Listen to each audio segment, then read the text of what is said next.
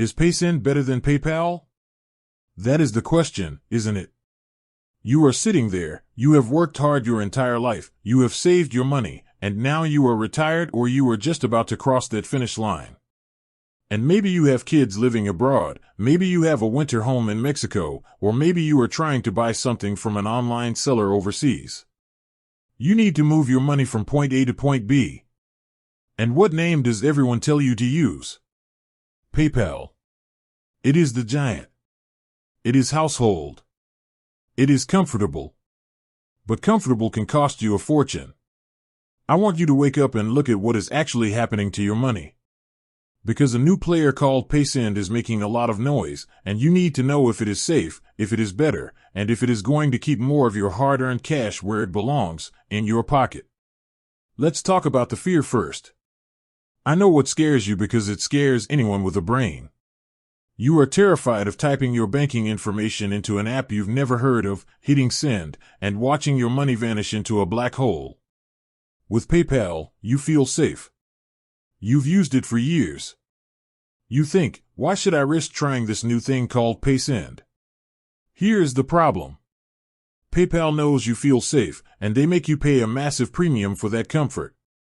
If you are sending money to someone in another country, say you are sending $1,000 to a grandchild studying in Europe, or you are paying for a vacation rental, PayPal is going to hit you with a cross-border fee, a payment method fee, and then, the biggest gut punch of them all, the currency conversion markup. They hide it in the exchange rate. You think you are paying a few dollars to send the money, but when you look at the exchange rate they give you, they are taking 3, 4, sometimes 5% right off the top. On $1,000, that is $50 gone. For what? For the privilege of using a name you recognize? That is not smart money management. That is financial neglect. So, let's look at the alternative. What is Paysend? Paysend is a digital money transfer service that was built specifically to solve this exact problem, high international fees. Instead of charging you a percentage of your total transfer, Paysend does something beautiful. They charge a flat fee. Usually, it is just around $2. $2.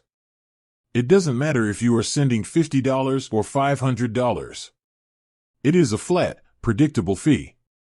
But here's where you have to stand up and ask the right question. You have to ask, Susie, what about the exchange rate? Are they hiding the real fees there? Yes, Paysend also charges a markup on the exchange rate, almost every service does, but here is the difference, theirs is significantly lower than PayPal's, and they show it to you up front, clear as day, before you ever press the button to send. There are no surprises. No hidden math. You see exactly how many dollars are leaving your account and exactly how many euros, pesos, or pounds are landing on the other side. And let's talk about speed, because when you are moving money, you don't want to wait around for days wondering where it is. PayPal international transfers can sometimes take days to settle into a bank account unless you pay even more fees for an instant transfer. Paysend has changed the game by doing what they call card-to-card transfers. You put in your debit card number, you put in the recipient's debit card number, and the money delivers directly to their card, often in under 15 seconds. It bypasses the slow, old-school banking system entirely. Now, does this mean Paysend is always the winner? No. And I will never tell you to blindly jump into something without looking at the limitations. This is where you have to look at your specific situation. First of all, Paysend is primarily designed for international transfers.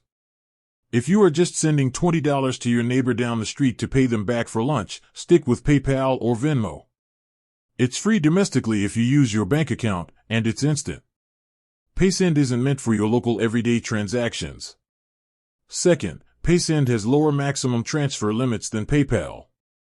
If you are trying to wire $50,000 to buy a piece of real estate abroad, Paysend is not going to let you do that without jumping through massive regulatory hurdles, uploading proof of your income, and dealing with tier limits. PayPal can handle much larger volumes of money more smoothly because they have the institutional infrastructure to do it. But for the vast majority of you, those of you sending regular amounts of money to family abroad, paying international bills, or managing expenses across borders, Paysend is screaming your name. So what is your actionable takeaway today? I don't want you to go delete your PayPal account. Keep it. It is great for buying things online securely because sellers don't see your credit card info. But the very next time you need to send money internationally, I want you to do a live comparison. Open up PayPal and type in the amount you want to send. Look at the total cost and look at the exchange rate they are offering. Do not hit send. Then, open up Paysend on your computer or your phone. Type in the exact same amount. Look at their flat fee and look at their exchange rate. Do the math. See the difference for yourself. If Paysend saves you $20, $30, or $40 on that single transfer, you use Paysend. Do not let your fear of the unknown stop you from being a powerful manager of your retirement funds. You worked too hard for this money to let PayPal take a cut just because you are used to them. Be strong, be smart, and protect your cash.